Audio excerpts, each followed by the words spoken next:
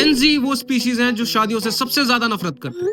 आइए जानते हैं इंडिया में शादी का कॉन्सेप्ट कहां से शुरू हुआ। स्टोरी शुरू होती है वैदिक पीरियड से 1500 बीसीई के अराउंड।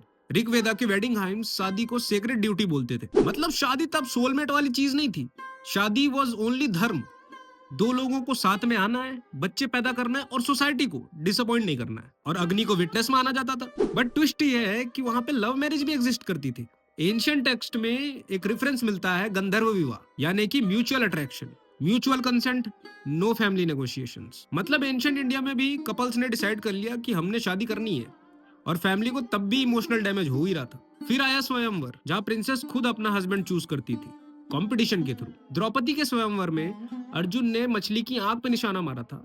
और आजकल के लड़के तो सीन का रिप्लाई भी नहीं मार पाते। मगर धीरे धीरे क्या हुआ, शादी थोड़ी कॉम्प्लिकेटेड होती गई। अब ये सिर्फ रिचुअल्स नहीं थे, अब ये कास्ट, प्रॉपर्टी, अलायंस, सबका एक सिस्टम बन गया। स्त्री धन, जो वुमेन की खुद की वेल्थ थी, वो ट्रांसफॉर्म हो गई डाउरी में। अब सोसाइटी बोलने लगी कि शादी मुबारक, फ्रिज, गाड़ी, मोटर और ट्रॉमा सब साथ में लेते आना बेटी। मिडिवल इंडिया तक क्या हुआ कि पर्दा, चाइल्ड मैरिजेस और विडो रेस्ट्रिक्शंस बढ़ गए।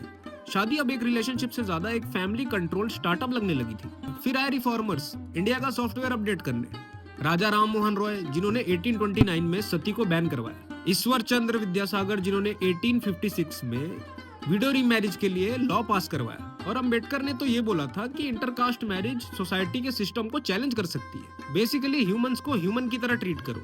लेकिन सोसाइटी उसे कहाँ मानना था। अब बात करते हैं मॉडर्न इंडिया की।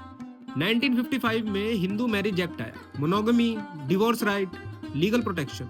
अब इंडिया मॉडर्न हो गया, मगर ऑफिशियली मॉडर्न हो गया। अनऑफिशियली अभी भी आंटियां पूछती है कि लड़की की कास्ट क्या है, लड़का कमाता क्या है, लड़का गोरा है कि लड़का काला है, लड़के की हाइट कितनी है। और लड़कियों से पूछा जाता है कि खाना बनाना आता है बेटी, घर तो संभाल लोगी ना। बस फर्क ये हुआ है मॉडर्नाइजेशन से कि अब हिंज प्रोफाइल और इंस्टाग्राम में बायोडेटा शेयर किया जाता है। और सबसे फनी पार्ट ये है कि 3500 साल की हिस्ट्री के बाद भी हम अभी भी अपना परफेक्ट पार्टनर ढूंढ रहे हैं, जबकि शादी कभी परफेक्ट पीपल के बारे में थी ही नहीं। It was always about one question, can two imperfect humans build a life together without destroying each other? बाकी सब तो डेकोरेशन है भैया। धन्यवाद।